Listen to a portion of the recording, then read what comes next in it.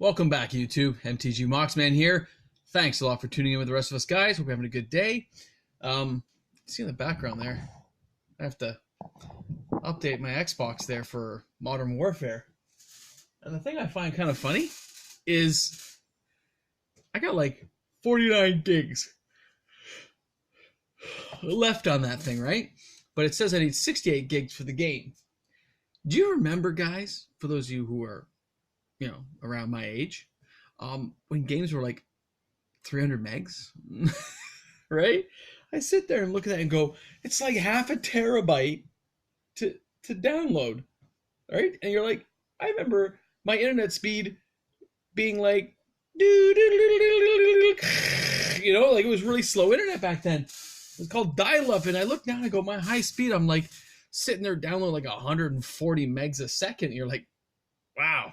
That's pretty awesome. Anyway, I digress. I apologize. It is a slight off-topic thing. But we talk about more just Magic here. We talk about daily complaints and Iron Man in the background. What's up, Iron Man? You never should have died. They better bring him back. I'm telling you. You cannot have Disney. Don't mess that up, man. You got to have Robert Downey. He is Iron Man. You guys, just so you know, if their movies start to tank, they're just going to bring him back. They're going to just drive a car up to Robert Downey Jr.'s house with a whole lot of money, more than we've ever even thought of. They're going to say, psst, take it, bro. And of course he'll take it.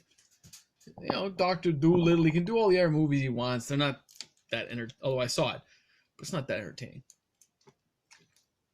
My kid liked it, though. Okay, so back to topic.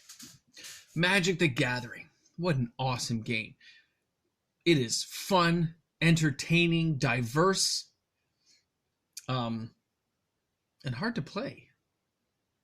It occurred to me, I lost several matches on Arena today. And I have lots of cards. Not because I bought any, but because I grinded out in the game to get the free packs and to get the free cards and all that stuff, right? But I was playing against a guy who had like everything to stop my decks. Everything. He stopped 8 spells in a row. Counter. And they're all like rares, mythic, counter spells, right? And when I looked in his graveyard at the end, or near the end because I was about to die. Sorry guys, very tired, long days. Up here in Canada, there's like strike stuff going on. So, longer days than normal, a little more stressful. I apologize. So when you look at that, you see that this person either he's unlocked particular cards to build just this one type of deck, which I doubt. But man, was it a good deck. It could counter everything I did. And I mean, I was being tricky, you're throwing different spells, you're doing different stuff to try to throw him off, and it wasn't working. And I don't think he was that good, because he didn't have, actually maybe he was that good. Maybe that's the whole point. Maybe he was that good because I didn't think he was that good. Anyway, it's a good game, guys. Now, I gotta rehack one of my decks. I gotta somewhere down here, I brought all my decks. And, they're down here. And this one in particular has got to be redone by this week so I can play with some friends. And I looked at it. The funny thing is, it's like getting rid of an old friend, guys. When you start taking cards out of your deck, I'm telling you, it's like getting rid of an old friend. You're just not used to doing it. Right? You just go, I don't want to do this. Or you specialize, which I don't normally do either. I like my decks to have variety. I like to have multiple ways of winning, losing, whatever. I like to have multiple ways. And I look there and go, I don't think this is going to hack it. But you know what? It's okay. It's a good deck. Just needs a little reworking. And maybe not even a lot. Maybe, honestly, just a little. But it depends what you're trying to do. I put in Garruk, the Cursed Huntsman and stuff. I put in some fun cards. But like Narsat makes perfect sense. But there's some cards I'm going, I don't think I thought this through. Like, I think I should probably have a Cure in here just to untap stuff, right? Like I put Once Upon a Time in. Why? Yeah, you know what? It's a good game, guys. But sometimes you gotta admit defeat and go, I gotta take time to do it. I gotta work this through and look at the cards available to make my deck as much fun as I can. We'll still try to make it competitive. Like I don't want to get blown out of the water, but I don't want to make it hacky where it's like I win on turn 1 or 2. I don't do that. That's not how me and my buddies play, and I don't want to get into that habit of just saying, oh, it's a turn 1, time vault will take key, game's over. Yeah, I've done it, and yeah, it's kind of cool the first time you do it, but then you realize, all my buddies have the same combo. All right, let's all take those combos out, right? That's what we do. So that's what I'm talking about. Now, the game itself, with its ever-evolving, ever-changing stuff, is very good. It's very good for Wizards, but it's very good for us.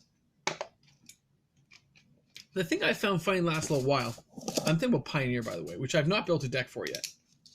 When you think about these new formats that come out, have you noticed most of them, if not all of them, are coming from the players themselves, not from Wizards. Wizards is not sitting there inventing a format. In some ways, we are still their R&D. We are their research and development. That's what R&D means, in case you didn't know that, okay? R&D, research and development.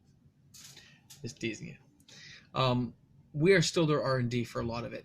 And the games and formats we create as players to make the game affordable, to make it more fun, more diverse. If it does well and it catches on and carries from city to city to city, before you know it, you got 200,000-300,000 people playing it. When you have thousands of people playing it, Wizards is going to notice. And they're going to see if they can make that work in their favor. Most times they can.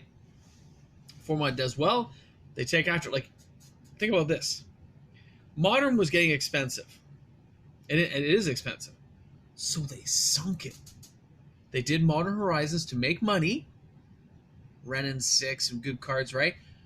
Then they took a torpedo called Pioneer, rammed it through Standard, rammed it through Vintage and Legacy, boom, into Modern, and sunk it like the Titanic, man. So, I've been to some local LGSs, and I'm noticing people are playing Pioneer, Commander. I saw that one Pauper. I didn't see any Vintage. I didn't see any Legacy. I didn't see any Modern. Because Wizards isn't making money off those right now. They've invented and veered toward this new format. But don't think Modern, Vintage, and Legacy are dead. That's the mistake. Because Wizards could just as easily next year come up with a specialty set called Mass Modern Release. Modern Masters 2, Mass Effect. Some crazy thing where they bring back all kinds of new modern cards, or they run parallel stories. A lot of cards in Modern could be totally reprinted at a higher price to get people back in if they choose to. Okay? Or they could reprint at a cheap price and flood the market, drawing new players in.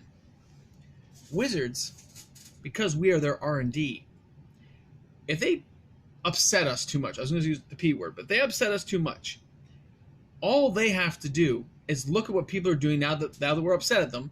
They'll look at it and say, wow, that's a really nifty idea. I like what they done there. Let's move to that direction. We'll just shuffle this aside for now. Let that calm down for 3 years. You know, we're going to go like 1,000 days. We'll go to this for the next couple of years. Let's ramp this up. And they do. Pioneer. Standard is always going to make the money. People like going out. People like playing. I like playing. I go to the pre-releases. It's fun. I don't compete competitively. I think most people don't. They just, you know, I competed a long time ago, not now. Oh, look at that hair. Look at that hair. Oh, sorry. I just enjoy playing. I'm just a regular dude playing. Okay? I'm a regular guy. Just wants to play some cards and have some fun, guys. That's it. And there are people who want to be competitive. There's people who are dreaming about being competitive, where they make serious money. You know what's funny, too? I remember Sorry, slight tangent. I was over here. We're gonna go this way. Sorry, please follow the broken line. I remember in school going to my gym, my cafeteria, meeting my friends at like 7 in the morning so we could play for an hour and a half of Magic before school started. Did it every day for like 2 years, man. Right in the middle of high school, like, oh man, you want to meet up? I got some new cards, man. You want to play? And we would play. And you faced Merfolk decks, Benalish Heroes, and Mesa Pegasus. We had Guardian Angels. Sorry, that was my phone telling me I probably have a message from work. But I'm not answering it right now. I need some downtime. I need some me time. My me time with you guys. Anyway, you get there, play with your friends, and play some Magic. It was a good time. And it was exciting. It was a new game. And certain sets still give me that high. Like Dominaria, I was like, I was totally into it. And that's probably because Richard Garfield had a hand in it. Before I even knew he had a hand in it, I loved the look of the cards, the sagas, the flavors. These sagas aren't nearly as good, by the way. The Birth one's the best one. Get a land, get a wall, gain 2 life. Very good, very effective. I like it. The other one's like, just saying. Not the same to me. Okay. So, when I'm sitting on this tangent, and I'm saying, way over here was all this amazing stuff, right? Amazing Magic cards that we loved. And we didn't have nearly as many cards as we do nowadays. We don't. The problem is, I don't think Wizards recycles enough of their cards for all of us to remember now how many cards are actually out there. You have to go looking set by set by set. And I still stand by the fact that Wizards wants to make these sets special. They got to start bringing some more cards into the reserve list. A couple of cards a year, one from each set or something, that will never get reprinted. So you're showing, hey, you know what? We know this is a collectible card game. We promise this. We're going to stand by it. Right? Or cards that are going to be reprinted every 5 years or something. Like, put timelines in. They could do this. They choose not to because Hasbro wants to make money. And they don't want any of the game off the table. They want to be able to abuse it any way they can. You know, eventually, when vintage dies, when people are not playing with the old boys, when we're not sitting there going, no, that's not that old. Hold on. I'm just searching for an old card here. I'm trying to prove my point. When we go, hey, when people forget about Time Twister, when they forget and nobody plays it, and that card is sitting at some comic shop shelf, some local LGS store, and everyone goes, dude, I remember that card. I kind of heard about that. It's one of those with Power 9. But when nobody remembers it, when it's gone that long that somebody just makes an off comment, what happens then to the reserve list? They can kill it. They can just say, you know what, after years of this, that's been 35, 40 years, whatever it's going to be, 30 years, 35 years, we decide to abolish the reserve list. Some of these cards may come back in some format or form or in special editions or as special promos. Some people will love it. They will. It'll still be an obscenely expensive card unless they can reprint enough. If they reprint enough, it kills the market. And everyone has access to the cards. And we're playing Pokemon, right? Magic is the echelon of card games for a reason. But if Hasbro doesn't play their cards right and kind of moderate things down a nice middle path, instead of choosing to go here, choosing to go there, and then veering here and making mistakes there and got to make corrections there, and Oko got banned here in his first few months. Oh my God, Once Upon a Time's too awesome. Mox Opal. They got to make corrections here, guys. They have an R&D department themselves that can playtest this stuff. They could fix it. If they don't, they're going to kill everything and bring back exactly what they want. And we as consumers are still going to be happy because we can still buy it. I'll still be happy. Because then I could buy 20 or 30 Black Lotuses, Moxes, whatever, and put them in a variety of decks. But it won't have the same prestige, will it? As somebody who happens to see you nowadays saying, oh my God, dude, that guy's playing the Black Lotus. Oh my God, it's amazing. And I understand that too, that there is something to be said about that. So I hope they don't get rid of it for that reason.